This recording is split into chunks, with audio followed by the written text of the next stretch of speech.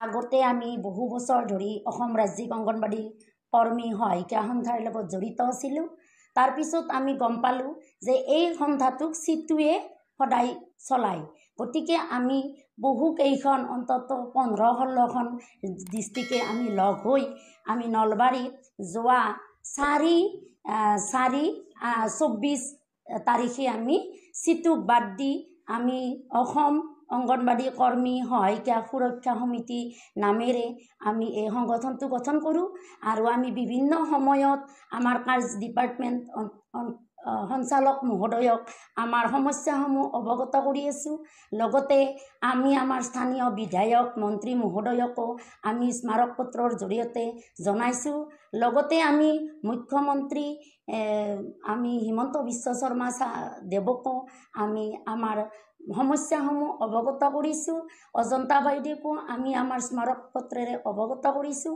কিন্তু ইমানখিনি কৰাৰ পিছত এইবাৰ আমাক এটা ভাল খবৰ দিলে যে আমাৰ আগতে আমাৰ 25% আমাৰ কৰ্মীৰ পৰা পদোন্নতিৰ আছিল। কিন্তু এইবাৰ আমি ধন্যবাদ জনাইছোঁ অসম চৰকাৰক যে আমাৰ 50% কৰিছে এই ক্ষেত্ৰত আৰু আমাৰ মাননি 1500 টকা কৰ্মীৰ বাবে বঢ়াইছে আৰু সহায়িকাৰ বাবে 750 টকা বঢ়াইছে।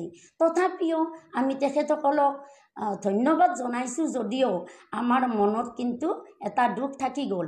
কাৰণ এই বৰ্তমান সময়ত যিটো আমাৰ বজাৰৰ দাম বৃদ্ধি বস্তুৰ, তাত আমাৰ সকলোৰে খুব অসন্তুষ্ট হৈছে।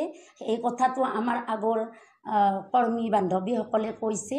গতিকে মই সেইখিনি আকৌ নকওঁ। এতিয়া কৈছোঁ কি আমাক গৰম বন্ধ লাগে। কাৰণ আমাৰ কলেজ লেভেল হওক স্কুল লেভেল হওক সকলোতে গৰম বন্ধ দিয়ে। কিন্তু আমাৰ অংগনবাড়ী কৰ্মী সহায়িকাসকলে কোনোদিন গৰম বন্ধ নেপায়, চৰকাৰী বন্ধটো নেপায়। বেলেগ অনুষ্ঠানবিলাক বন্ধ থাকিলে আমাৰ অনুষ্ঠানটো খোলা হয়। তেতিয়া আমাক সকলোৱে গাঁৱৰ মানুহে প্ৰশ্ন কৰে, তোমালোকৰ এই কেন্দ্ৰবিলাক কোনোদিন বন্ধ নহয় নেকি? সিদিনাখন আমি বহুত সমস্যাত পৰোঁ। কেন্দ্ৰলৈ শিশু নাহে, কাৰণ ডাঙৰবিলাকক বন্ধ দিয়ে, সৰু ল'ৰা ছোৱালীকো আলহী খাবলৈ লৈ যায়। সিদিনা আমাৰ ফটো দিবলৈ টান হয় আৰু মোবাইলটোত কেপচাৰ নহয়, তেতিয়াও আমাৰ খুব দিগদাৰ হয়। গতিকে আমি বিভিন্ন ধৰণৰ সমস্যাত পৰোঁ আৰু আমাৰ এতিয়া এটা আৰু সমস্যা নতুনকৈ দেখা দিছে যে আমাৰ মিনি অংগনবাড়ী কৰ্মীবিলাকক পূৰ্ণাংগ কৰা।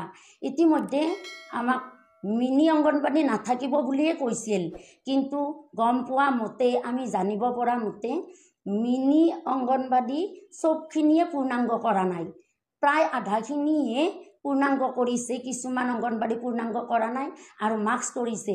এইটোৰ লগত সেইটো লগাই দিছে।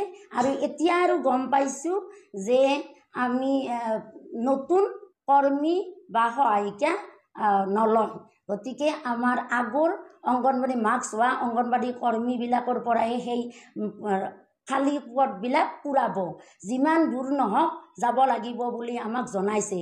কিন্তু এই কথাত কিন্তু আমি আচলতে চৰকাৰক অনুৰোধ জনাইছোঁ যাতে এজনী কৰ্মীয়ে 10-15 কিলোমিটাৰ দূৰলৈ যোৱাটো সম্ভৱ নহয়।